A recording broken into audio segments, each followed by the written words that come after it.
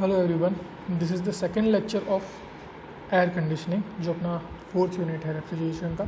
Last first lecture में हमने देखे थे सारे डेफिनेशंस और basic understanding of air conditioning. चलिए आगे बढ़ते हैं। Next is partial pressure Dalton's law, जो हमने फर्स्ट लेक्चर में ऑलरेडी बेसिक डेफिनेशंस को समझने के लिए ऑलरेडी डिस्कस कर लिया था कि what is partial pressure and what is Dalton's law of partial pressure. तो इसलिए मैं इसको वापस नहीं कवर करूँगा। इसमें बस ये इक्वेशन दी हुई है which might be useful in some of the numericals, so just take a note of this. ये सीधी एक डिराइव्ड इक्वेशन है by a scientist named as Carrier. So just remember this equation. This might be useful in calculating PV using these terms. So just remember this equation. It might be useful in some numericals, and next lecture में हम जैसे numerical देखेंगे तब आपको clear हो जाएगा कैसे type में न्यूमेरिकल्स में अगर ये यूज़ हो सकती है तो कैसे होती है। And these are the general notations which are in this equation. सारी चीज़ें हमने डेफिनेशन समझ ली हैं ऑलरेडी लास्ट लेक्चर में, इसलिए मैं ज़्यादा डिटेल में इसके नहीं जा रहा हूँ। So next is specific humidity और ह्यूमिडिटी रेशियो। हमने ऑलरेडी डेफिनेशन देखी हुई है। क्या है specific humidity? Is mass of water vapour upon mass of dry air, mass of water vapour per unit mass of dry air. This was the basic definition of specific humidity और humidity ratio. Notation is W। अब इसका mathematical derivation क्या, बस थोड़ा सा simplification देख लेते हैं इसका, किस तरह से ये फॉर्मूला बनता है इसके लिए। We are considering dry air and water vapor. Water vapor is in which form? As we have already discussed, it's in superheated form. So we are considering them as perfect gases only. So perfect gases के जो भी laws हैं, जो भी equations हैं जो हमने thermodynamics में पढ़े हुए हैं, वो हम यहाँ पे use कर सकते हैं। The first equation is PV is equal to MRT. ये आपने thermodynamics में equation देखी हुई है। We can apply this for air as well as water vapor, because water vapor is in superheated state in steam form. That is why it follows perfect gas laws. It behaves like a perfect gas. That is why we can use these equations. तो ये दोनों equations PV is equal to MRT vapour के लिए और air के लिए हम use कर सकते हैं। So now using this equations हम ये डिराइव कर रहे हैं PV VV अपॉन PAV इस MV। ऑब्वियसली ये सारी चीज़ें यहाँ पे हमने सिर्फ पुटअप की हैं, इन दोनों का रेशियो किया है। इट्स सिंपल मैथमेटिक्स में बहुत ज़्यादा डिटेल में नहीं जाऊँगा इन सब के। आप रीअरेंजमेंट किस तरह से होता है ये खुद भी देख के समझ सकते हैं। सो बेसिकली हमें इंटरेस्ट है MV अपॉन MA में। Why MV upon MA? Because this is our specific humidity. सो रीअरेंज करके सिंप्लीफाई करके MV अपॉन MA सारा एक साइड आएगा, तो पूरी राइट साइड पे आपके पास बचती है ये इक्वेशन। ओके, इसको और सिंप्लीफाई करेंगे। Now as per the Dalton's partial pressure law हम क्या बोलते हैं, जो वाटर वेपर का उसमें वॉल्यूम है किसमें, एयर में, वो कोई प्रोपोर्शन तो नहीं है। जैसे मैंने कहा था कि वाटर वेपर अगर 2 ग्राम भी है तो वो कोई एक स्पेसिफिक एरिया में तो है नहीं। You getting it? जो हमने फर्स्ट लेक्चर के डिस्क्राइब किया था आपको पार्शियल प्रेशर लॉ, तब समझाया था।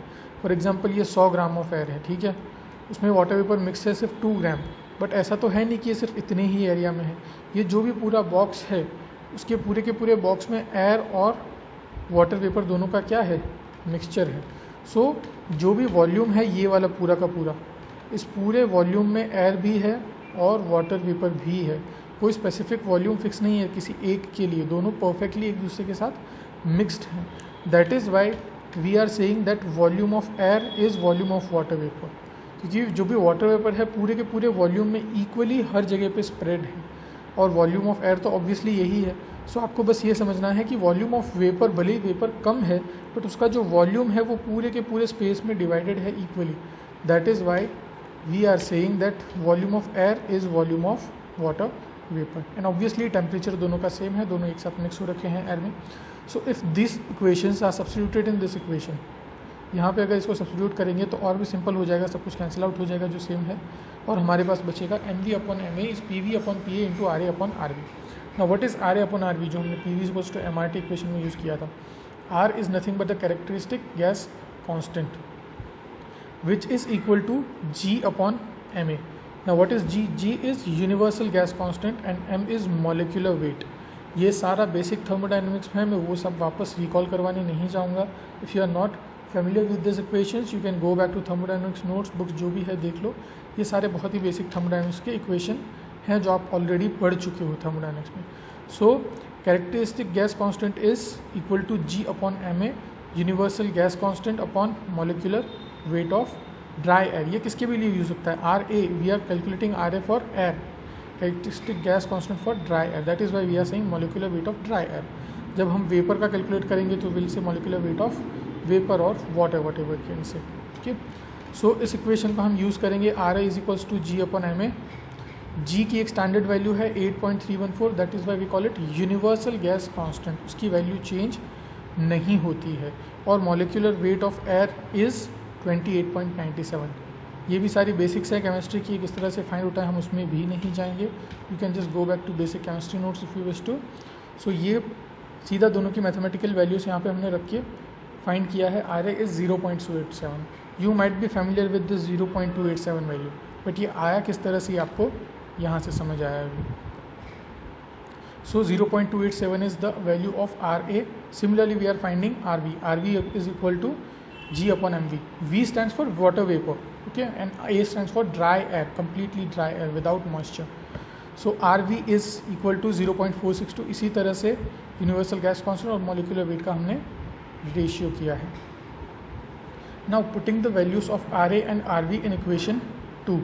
ये जो इक्वेशन 2 है, दिस वन, यहाँ पे हम दोनों की वैल्यूज पुटअप करेंगे तो इन दोनों का रेशियो बन जाएगा 0.287 upon 0.462. And that is equal to 0.622. Now this is an important equation. W is equal to 0.622 PV upon P minus PV. Now P is equal to this PA plus PV. I hope you are able to see this. ये अलग page पे है, पूरी yellow line नहीं बन रही, but you can see ये जो इक्वेशन है P is equal to PA plus PV. That is nothing but the total pressure of air or the atmospheric pressure of air. Okay. Which is equal to 1.01325 bar, standard atmospheric pressure that is. तो अगर तुम्हें PV और PV, सिर्फ PV की value पता है तो आप एटमॉस्फेरिक प्रेशर तो स्टैंडर्ड है ही, उसकी बेसिस पे आप W की वैल्यू फाइंड आउट कर सकते हो. W specific humidity, PV is the partial pressure of water vapour. Okay. So now P is PA plus PV as we already discussed. It can also be given in the terms of specific volume. This portion is actually not important. आपके लिए important है सिर्फ और सिर्फ ये equation कि आप P V से कैसे W फाइंड आउट कर सकते हो. So you definitely have to remember this equation which is going to find W, that is specific humidity. Alright. So next is relative humidity. Now what is relative humidity? mv upon mvs. ये भी हमने first lecture में definition basic देखी हुई थी. It is the ratio of mass of water vapour in an unsaturated air और air, we call it just, and upon mass of water vapour in saturated air. Completely saturated air में कितना moisture वो handle कर सकता है, that is mvs. और currently जो normal air है अपने पास उसमें कितना मॉइस्चर है, दैट इज़ mv. तो इन दोनों का जो रेशियो है that gives you relative humidity when we denote it by phi. So this is mv upon mvs. अब इसको डिराइव कैसे करेंगे, लेट्स सी. बेसिकली ये याद रखना है mv upon mvs हमें इंटरेस्टेड है, तो will just directly find out phi is equal to mv upon mvs. Now pv is equal to mrt, जो हमने ऊपर इक्वेशन यूज़ किया था उसी को हम फिर से यूज़ कर रहे हैं, बस m को हम इंपॉर्टेंस दे रहे हैं. अभी हमें m के फॉर्म में चाहिए equation, that is y m is equal to P V upon R T, उसी से हमने बनाया है. So P V upon R T for water vapour and for V S, that is saturated है. ये नॉर्मल कंडीशन में है, ये सैचुरेटेड कंडीशन में है, तो दोनों का रेशियो हमें लेना है. अब यहाँ पर क्या हो रहा है, वी टी एंड आर. क्या सैचुरेटेड एयर का वॉल्यूम चेंज होगा? नहीं. टेम्परेचर चेंज होगा? नहीं. और आर चेंज होगा? नहीं. ये तीनों चीज़ें सैचुरेटेड एयर के लिए और नॉर्मल एयर. नॉर्मल एयर मतलब अनसैचुरेटेड एयर. आपको सिर्फ थोड़ा समझने में इजी रहे, that is I am saying normal air जो एटमॉस्फेयर में है आपके पास, सैम्पल है ये. सो दोनों में जो वॉल्यूम, टेम्परेचर और कैरेक्टरिस्टिक गैस कांस्टेंट, ये तीनों की वैल्यू हमेशा सेम ही रहने वाली है, that is not going to change. तो इन तीनों की वैल्यू सेम रहेंगी तो वो यहाँ पे सीधा कैंसिल आउट हो जाएंगे. So eventually your phi will be only P V upon P V S. So mv upon mvs is equal to pv upon pvs. Clear? Because both the ratios are of air, v, t and r are going to be the same. तो अगर PV पता है और PVS पता है तो दोनों का रेशियो फाइंड आउट करो, आप सीधा फाई मिल जाएगा। Okay, so this is also an important equation, ये भी आपको याद रखनी है जो आपके न्यूमेरिकल्स में यूज़ होगी। Now let's see the relationship between phi and W। तो अब नोटेशंस आप दिमाग में बैठा लो, phi is relative humidity and W is specific humidity. So relative humidity और स्पेसिफिक ह्यूमिडिटी का इंटर रिलेशन क्या है वो सिर्फ हम फाइंड आउट कर रहे हैं यहाँ पे। Phi is PV upon PVS, यहाँ पे हमने फाइंड आउट किया, and W is 0.622 PV upon PA। उससे पहले वाली इक्वेशन में हमने ये फाइंड आउट किया था। सो इन दोनों का इंटर रिलेशन किस तरह से हम फ्रेम कर रहे हैं देख लो, सिंपल मैथमेटिक्स है, रीअरेंजमेंट है और कुछ भी नहीं। Phi is PV upon PVS into PA upon PA. I can multiply and divide by PA. It is not going to make any difference. Now I am taking one PA below PV. So I am making PV upon PA into PA upon PVS. इस PVS को इस तरफ ले आया है। अभी भी PA cancel हो रहे हैं, कोई भी डिफरेंस नहीं है। But now we are rearranging in a sense that PV upon PA will be equal to W upon 0.622। कैसे? ये जो इक्वेशन हमने 0.622 वाला फाइंड आउट किया था ये रहा, PV upon PA is W upon 0.622। Clear? इस इक्वेशन से हमने PV अपॉन PA को मेन इंपॉर्टेंस देके उसको W के फॉर्म में लिखा है। So PV upon PA can be written as this, W upon 0.622। आप स्पेसिफिक ह्यूमिडिटी के डेरिवेशन में जाएंगे तो वहाँ पे आपको ये दिख जाएगा इक्वेशन, वहाँ से ये आया है।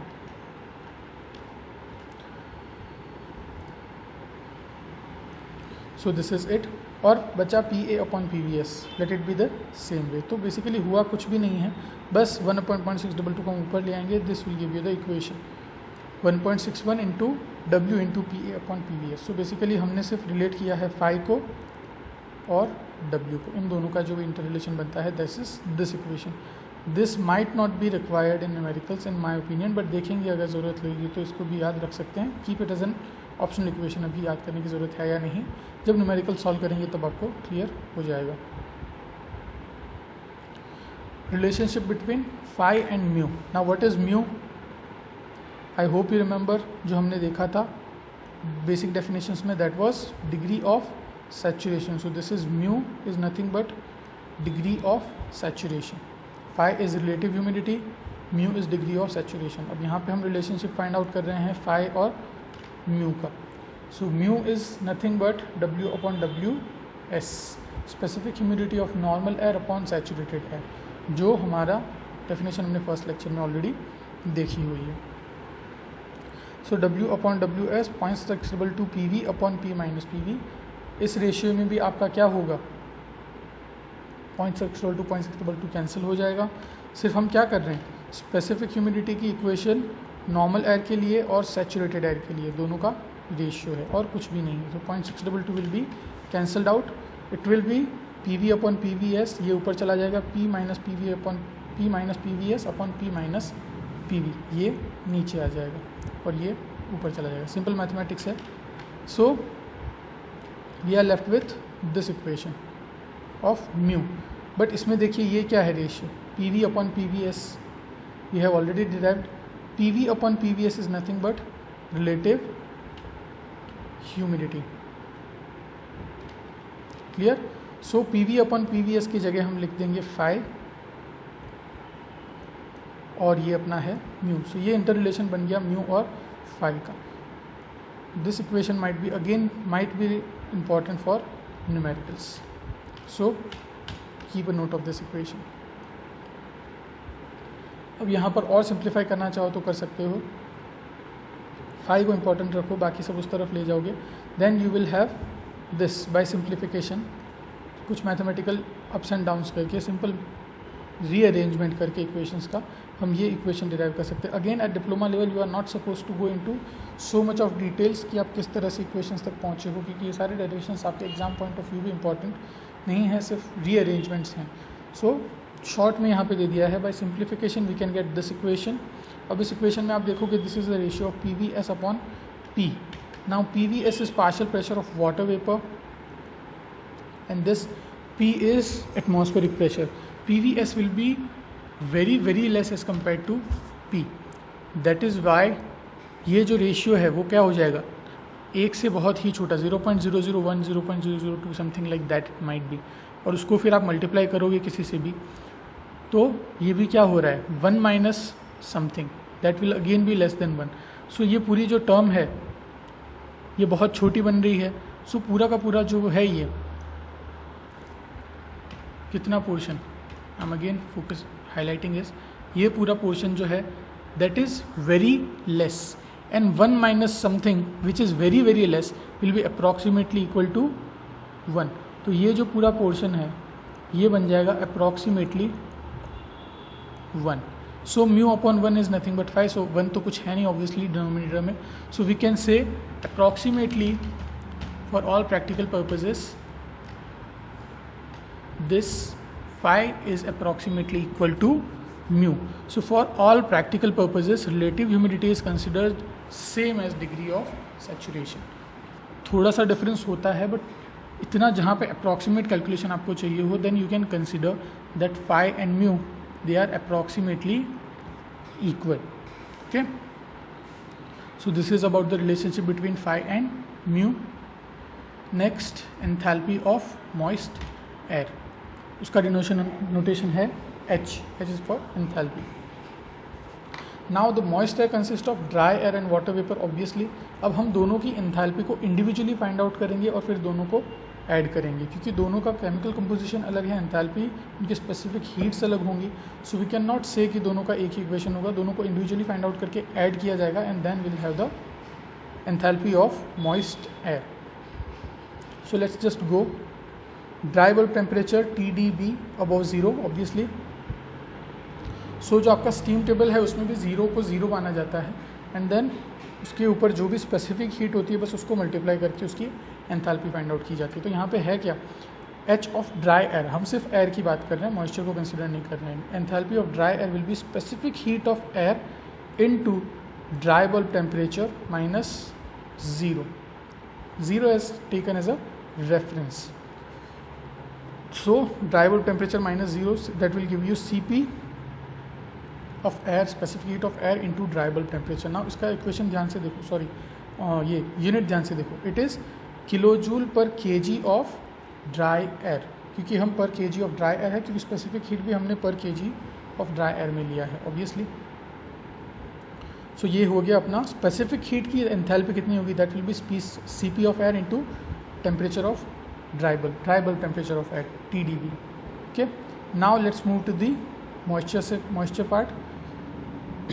अब जब moisture की बात करेंगे that will be CPW, that is specific heat of water into TDP. Now what is TDP? TDP is dew point temperature. moisture के बारे में हम बात करेंगे तो obviously specific heat लेंगे water की, तो ऑब्वियसली हम किस पे जाएंगे, ड्यू पॉइंट टेम्परेचर, क्योंकि जब तक ड्यू पॉइंट टेम्परेचर पे पहुंचता नहीं है तब तक मॉइस्चर वाटर फॉर्म में कन्वर्ट नहीं होता है. सो TDP माइनस 0, जो वाटर फॉर्म में उसके अंदर हीट रही हुई थी that is considered TDP, because TDP is condensing temperature as well as the boiling temperature. Are you getting it? अगर नॉर्मल एटमॉस्फेरिक प्रेशर पे हम बात करते हैं पानी की, तो 100 पे बॉयल होता है, तो हम CPW इंटू 100 कर सकते हैं अगर 100 पे पानी है तो. फिर उसके ऊपर जाएगा तो वो किस में फॉर्म हो जाएगा, स्टीम में. सो हम जो भी हमारे यहाँ पे बॉइलिंग टेम्परेचर क्या हो गया मॉइस्चर के लिए, TDP, ड्यू पॉइंट टेम्परेचर पे वो बॉयल होकर स्टीम में कन्वर्ट हो जाता है, क्योंकि उससे ऊपर आते ही तो वो वेपर फॉर्म में एयर में मिक्स हो जाता है. उससे नीचे होगा तभी वो किस में होगा, वाटर फॉर्म में होगा. That is why we have considered this TDP, that is dew point temperature. CPW into temperature of dew point minus 0, तो ये हो गई आपकी वाटर फॉर्म में जो एंथैल्पी थी वो अब वो हो गया है सुपर हीट. हमने ऑलरेडी डिस्कस किया हुआ है that air is that moisture is in the super heated form in air. See यहाँ पे भी लिखा है considering vapour in super heated condition. Obviously हमने फर्स्ट लेक्चर में अच्छे से डिस्कस किया हुआ है कि वो कैसे सुपर हीट स्टेट में है. So next plus Cp of super heated steam we can say that is CPS, specific heat of steam, into TDP minus TDP, TDB minus TDP. अब ये क्या है, सुपर हीट होके कहाँ तक गई है एयर, ड्राई बल्ब टेम्परेचर तक. ये ड्राई बल्ब टेम्परेचर जो है that is your super heated temperature for that moisture.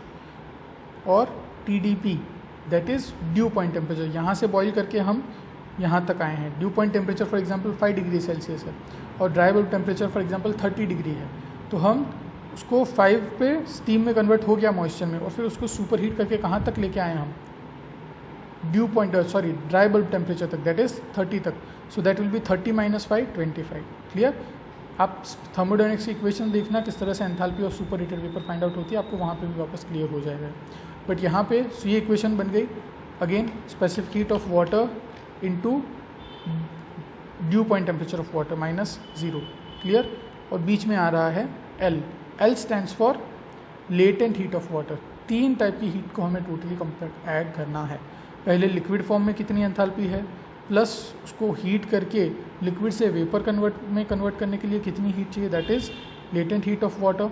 और उसके बाद वेपर में कन्वर्ट होने के बाद specific heat of super heated steam into TDB - TDP, that is dry bulb temperature minus due point temperature.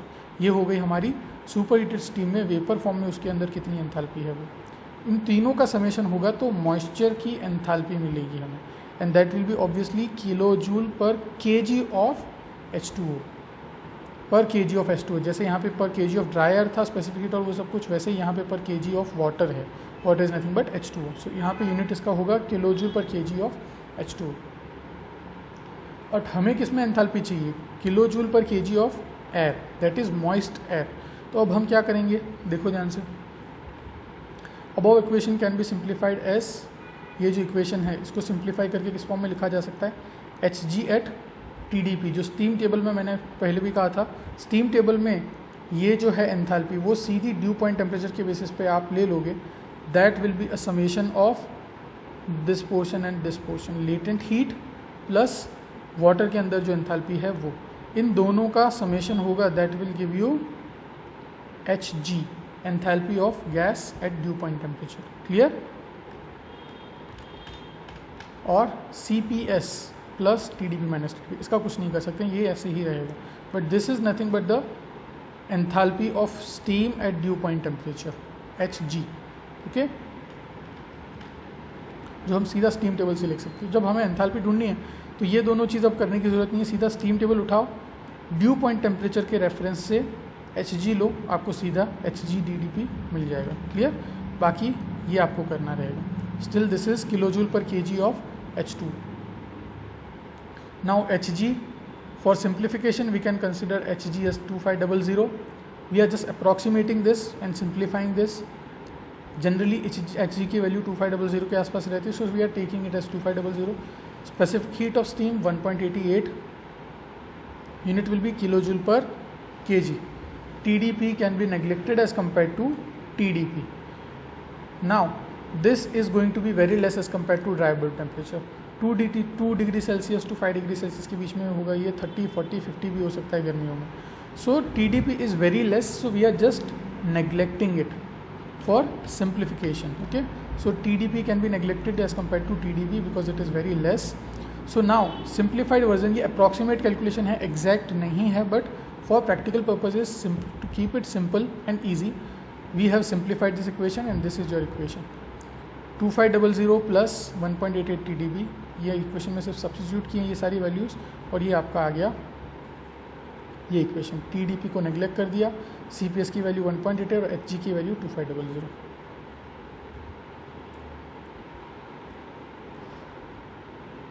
Now ये हमें मिला है still kilojoule per kg of H2O। Clear. अब हम आएंगे पर kg of moist air. Now this is dry air is per kg of dry air and vapor is per kg of H2O. So we need to multiply W. What is W? Specific humidity with H of vapor and then add to H2 dry air. जो मैंने कहा था दोनों को individually find out करेंगे और दोनों को ऐड करेंगे, बट यहाँ पे W मल्टीप्लाई करेंगे क्योंकि स्पेसिफिक ह्यूमिडिटी की एक बार देख लेते हैं वापस इक्वेशन क्या है, तो वहाँ से एकदम क्लियर हो जाएगा। Specific humidity mass of water vapour in air upon mass of air, mass of water vapour per unit mass of dry air, kg पर kg ऑफ ड्राई एयर। अब इसको अगर मैं मल्टीप्लाई कर दूंगा इससे kg kilojoule per kg of H2O। Clear. तो ये पर kg ऑफ H2O हट जाएगा क्योंकि मैंने इससे किससे मल्टीप्लाई किया है, W से, that is already the moisture पर kg ऑफ ड्राई एयर, तो पर kg ऑफ H2O को मैं कन्वर्ट कर रहा हूँ per kg of dry air में W से मल्टीप्लाई करके। अगेन सेम मैथमेटिक्स है, जैसे kg per metre cube into metre cube per second, kg per second, just like that we are cancelling something and we are eventually reaching kilojoule per kg of dry air by multiplying this H of vapor with W. W is nothing but specific humidity. So ये W हमने multiply किया है H of vapor से, so that we can get in kilojoule per kg of dry air. So specific heat of dry air CPA plus TDB, वो equation हमने already देखी है, और ये जो सिंप्लीफाइड इक्वेशन थी उसको हम रखेंगे W से मल्टीप्लाई करके. So this is W into this equation 2500 plus 1.88 into TdB. Clear? Now in general, specific heat of air is 1.005. We are further simplifying it, not really simplifying, just substituting the standard values. So this is your final equation. Okay, do remember this equation, this will be used in numericals. Okay, so this is how enthalpy of air is calculated. Now specific volume and vapor density. Again this is not really important, क्योंकि इसका numericals में भी use नहीं होना है, और ये simple सी चीज़ें आप खुद भी देख सकते हो, but this is not really important. There are certain things which are not important and necessarily given in this book, so we are not just going through that. Next is adiabatic saturation. Adiabatic मतलब होता क्या है, जहाँ पर heat transfer zero होता है. So this is what is required while saturating the air. अगर हम किसी एयर को इस तरह से सैचुरेट कर रहे हैं मॉइस्चर डाल के कि उसमें से कोई भी हीट का एक्सचेंजिंग नहीं हो रहा है, ना हीट ऐड हो रही है ना रिजेक्ट हो रही है, that is nothing but adiabatic saturation of air. बिल्कुल सिंपल भाषा में अगर कहें तो करते कैसे हैं, ये एक चेम्बर है विच इज़ इंसुलेटेड चैम्बर है, तो ऑब्वियसली हीट रिजेक्ट नहीं हो पाएगी, हीट ऐड भी नहीं हो पाएगी. उसमें इतने लेवल पर हमने क्या भरा हुआ है, वाटर. दिस इज़ वाटर जो हमने फिल किया हुआ है यहाँ पर. ओके, और यहाँ पर हम अनसैचुरेटेड एयर को डाल रहे हैं. अनसैचुरेटेड एयर मतलब normal air, moist air, not completely saturated, जिसमें मॉइस्चर अब्जॉर्ब करने की भी कैपेसिटी है. W1 पे एंटर किया है, DB1 पे एंटर किया है. यहाँ से अगर वो पास हो रही है, जैसे कि मैंने कहा था गोवा है, बॉम्बे है, वहाँ पर क्या मॉइस्ट एयर होती है. क्यों? क्योंकि वो पास में सी है, वहाँ से एयर पास होके आ रही है. हम बस वही कर रहे हैं, इस पानी के ऊपर से इस एयर को फ्लो कर रहे हैं और यहाँ पर एग्जिट कर रहे हैं, that's it. But this is an insulated chamber, जिससे हीट का एक्सचेंज प्रोसेस नहीं हो पाता है. और यहाँ से हम सीधा आ गए यहाँ पर, तो हम इतना अमाउंट में यहाँ पे मॉइस्चर अब्जॉर्ब करवाएंगे कि यहाँ पर जब एयर आ रही है, that is completely saturated air, उसकी जो कंप्लीट कैपेसिटी है मॉइस्चर अब्जॉर्ब करने की, वो पूरी की पूरी ख़त्म हो गई. उसमें अब मॉइस्चर अब्जॉर्ब करने की कैपेसिटी नहीं है, दैट इज़ सैचुरेटेड एयर, जो हम ऑलरेडी डिस्कस कर चुके हैं फर्स्ट लेक्चर में, व्हाट इज सैचुरेटेड एयर. बस इस प्रोसेस को हम कहते हैं एडियाबेटिक सैचुरेशन ऑफ एयर. इसका सिंपल एक्सप्लेनेशन है यहाँ पे, ये सब आप खुद पढ़ लेना. बस एनर्जी बैलेंस किया रहा है यहाँ पे, वो भी ऐसा, इसका डेरिवेशन इक्वेशन इतना भी इंपॉर्टेंट नहीं है, but just for understanding, as there is no heat and work interaction, we have energy of entering air is equal to energy of leaving air, क्योंकि कोई हीट एक्सचेंजिंग प्रोसेस नहीं हो रही है. So we can say H1 plus W1 into HF2 is equal to H2S plus W2 into HF2. Okay, तो अब इसको मैं क्या कर रहा हूँ, HF2 दोनों तरफ रहेगा, तो मैं इस W2 और HF2 को इस तरफ ले आऊँगा. ओके, लेफ्ट साइड पे. तो यहाँ पर प्रिंटिंग मिस्टेक है, HF2. सो यहाँ पर प्रिंटिंग मिस्टेक क्या हो रही है, देखिए W2 इस तरफ आ जाएगा, तो माइनस होना चाहिए, W2S माइनस W1, या तो W2 को उस तरफ ले जाओ या W1 को इस तरफ ले आओ. इन शॉर्ट ये जो है बेसिकली ये है W2S माइनस W1, बट यहाँ पर प्रिंटिंग मिस्टेक है. ओके, ये मल्टीप्लिकेशन में दे दिया है, that is incorrect. But anyway, this term is going to be very small. In equation 12, the term W2S minus W1 into HF2 is very small as compared to H1 and H2 S, obviously because वो specific ह्यूमिडिटीज़ हैं, point में होंगी और उसका difference होगा तो और भी छोटी हो जाएंगी वो values, so it can be neglected. यही है अपना इंजीनियरिंग, हर जगह पे सिंप्लीफिकेशन करके हम अप्रॉक्सीमेट वैल्यू ले आते हैं, अप्रॉक्सीमेट इक्वेशंस बना देते हैं। So H1 is H2S, this is it. क्यों? क्योंकि ये टर्म तो पूरी नेग्लेक्ट हो गई, ये वाली, तो बचा क्या? H1 is H2S। सो हो क्या रहा है? Enthalpy of inlet air is enthalpy of exit air. H1 enthalpy of inlet, H2 is enthalpy of exit. So we can call it a constant enthalpy process. Okay, in most of the cases adiabatic saturation is considered as constant enthalpy process. Clear? हम ये मानते हैं कि enthalpy constant रह रही है उसमें। Now for calculating the amount of water added to the air we need to put the values of enthalpy in equation 12. H of dry air, equation 12 क्या है अपनी? ये रही इक्वेशन। सो H1 dry air plus W1 into HV/1 जो हमने already किया था पिछले वाले स्टेज में। सिमिलरली यहाँ पे कर रहे हैं specific heat of dry air into TB1 plus W1 into ये पूरा का पूरा इक्वेशन वेपर के लिए। ये अगेन बेसिक थर्मोडायनामिक्स है, थर्मल 1 में आया है शायद, स्टीम टेबल और ये सब कुछ, और हमने अभी रेफ्रिजरेशन के चैप्टर में भी यही सब किया है, Hg1 plus CPS into TB1। मैंने यह सब डिटेल में मैं नहीं जा रहा हूँ, you can understand it on your own. Neglecting the last term, again जो छोटी छोटी वैल्यूज़ हैं उनको हम नेग्लेक्ट करके सिंप्लीफाई करके इक्वेशन बना रहे हैं। So H1 will be this. Similarly we can do for H2, this saturated air. Same की सेम चीज़ हम करेंगे सैचुरेटेड एयर के लिए, तो हमें H1 और H2S दोनों मिल गए। Now Hg1 and Hg2 should be taken at TDP1 and TDP2। Obviously हमने ऑलरेडी, मैं तुमने एक्सप्लेन कर चुका हूँ, स्टीम टेबल में TDP1 पे जाओगे तो Hg1 मिलेगा, TDP2 पे जाओगे तो Hg2 मिलेगा। क्लियर? जो हमने अभी ऑलरेडी डिस्कस किया था, that will be the summation of these two values, जो हमने ऑलरेडी अभी देखा था। Okay, so putting values of H1 and H2 is equation 12। Again सारी वैल्यूज सिर्फ सब्सटीट्यूट की हैं, उसको सिंप्लीफाई किया है, rearranging and simplifying, and this is your W1. Don't need to remember this equation in my opinion. We will see if it is required in numericals, but I don't think this is going to be required. Okay, so this is just for an explanation. अगर आपको पूछा जाता है explain adiabatic saturation of air, draw this diagram, write down this theory and this equation. Okay, that is it. And next is psychrometers. ये भी हमने already first lecture में किस तरह से ड्राई बल्ब टेम्परेचर और वेट बल्ब टेम्परेचर मेजर किया जाता है उसके लिए मैंने बताया था।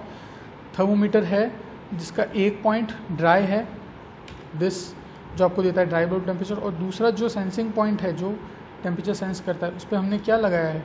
एक वेट क्लॉथ लगाया है, we call it wet bulb. Okay, क्यों होता है, किस तरह से काम करता है, ऑलरेडी हम फर्स्ट लेक्चर में डिस्कस कर चुके हैं, सो मैं फिर से इसको एक्सप्लेन नहीं कर रहा हूँ। ओके, ये वेट बल्ब टेम्परेचर है, इवोपरेशन की वजह से आपको लोअर टेम्परेचर देगा as compare to dry bulb temperature, जो हमने ऑलरेडी फर्स्ट लेक्चर में सारा डिस्कस किया हुआ है। So these are different types of dry and wet bulb temperature जो डिटेक्ट करते हैं, we call it psychrometer, sling psychrometer, aspirating, continuous recording, ये सब सिर्फ टाइप्स हैं, वो डिटेल में वैसे भी आपको डिस्कस नहीं करने हैं, नहीं दिए हुए। So just remember these types and the working of this sling psychrometer, जो हम फर्स्ट लेक्चर में ऑलरेडी डिस्कस कर चुके हैं कि ये किस तरह से आपको ड्राई बल्ब और वेट बल्ब टेम्परेचर डिटेक्ट करके देता है। सो ये उसकी बेसिक सारी थियरी है जो हम ऑलरेडी देख चुके हैं फर्स्ट लेक्चर में। ऑलराइट, सो नेक्स्ट टाइम हम स्टार्ट करेंगे examples. That's it for this lecture, मिलते हैं नेक्स्ट लेक्चर में।